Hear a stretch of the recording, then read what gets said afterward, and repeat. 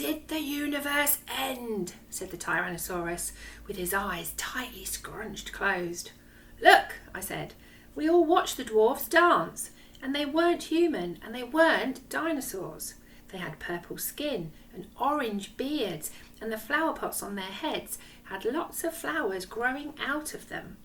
They did a complicated sort of dance, with lots of leg kicking and shouts of oi and ole and patung. And then, as strangely as they had come, they vanished. Ah, said Professor Stegg. It was always a possibility that might happen. Unfortunately, the universe has not ended. She pressed the button again with her tail. A small hole in space and time opened up. I was standing on the other side with a baffled expression on my face. Catch! I shouted, and threw the milk through the hole. As the portal closed, I saw me catch the milk using my stomach. The green globby aliens having been rounded up and taken away, all the space dinosaurs gathered around. I can't believe it, said the Diplodocus.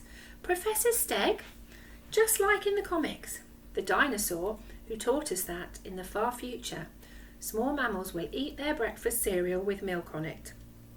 Inventor of the button, she's here in front of us with her gorilla. Not a gorilla, but a human father, said Professor Stegg. And all the other dinosaurs gasped and said things like, how wise she is, and what a brain, and how can you tell the difference between that creature and a gorilla? It is the shoes? Is it the shoes? Professor Stegg said, this human father has been my companion on my strange journey into the future. Now, before I take my leave of him and come with you, oh space dinosaurs, we should sing to him one of the great old dinosaur songs. They sang me a song in 6-part harmony called How Do You Feel This Morning When They Know What You Did Last Night? Then they sang me a song called Don't Go Down to the Tar Pits. Dear, because I'm getting stuck on you. The Galactic Police dinosaurs sang me a song about being galactic police and saving people all over the universe and driving very fast space bikes.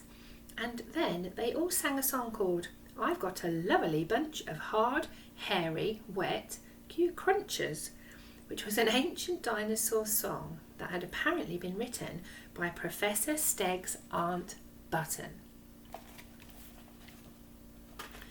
There is nothing in the whole of creation as beautiful as dinosaurs singing in harmony. Now, said Professor Stegg, I shall go off in my floaty ball person carrier with my newfound dinosaur space patrol friends, and I shall explore the universe, and then I shall return to my own time and write a book about it. You actually write several books, said the Diplodocus. Professor Stegg's Guide to Everything in the Whole of the Future was my favourite. It's very inspirational. I said goodbye to all the dinosaurs. I thanked Professor Stegg for saving my life.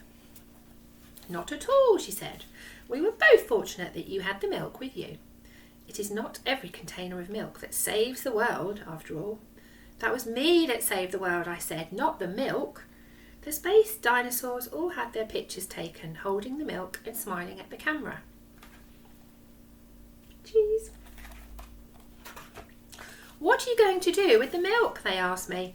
Are you going to put it in a museum? No, I'm not, I told them. I'm going to give it to my children for their breakfast cereal, and possibly I will pour some in my tea. Professor Stegg nipped back up the rope and climbed into the basket of her balloon. The last I saw of her, of any of them. The hole inside of the flying saucer was fading into light, so bright I had to close my eyes and look away. And then I was standing at the back door of our house, none the worse for wear. Fortunately, the dinosaurs had given me back the milk after they had their photos taken with it. So I came in, and here I am. That was that, my dad said. I looked at my sister, and my sister looked at me. Then we both looked around the kitchen. At the calendar on the wall with the hot air balloons on it. At my dinosaur models, at my sister's ponies, at my sister's vampire books, at the picture of a volcano I had painted when I was little last year and which is still up on the wall by the fridge. We looked at those things and we looked at my dad. You know, we don't believe any of this, said my sister. We don't, I told him. Not any of it. Especially not how you saved the world from being remodelled or the pirates. Not any of it, I said. My father shrugged. Suit yourselves, he said. But it was all true. And I can prove it. How? Yes, how? Asked my little sister.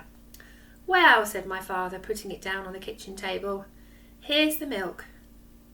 And he went back to reading his paper.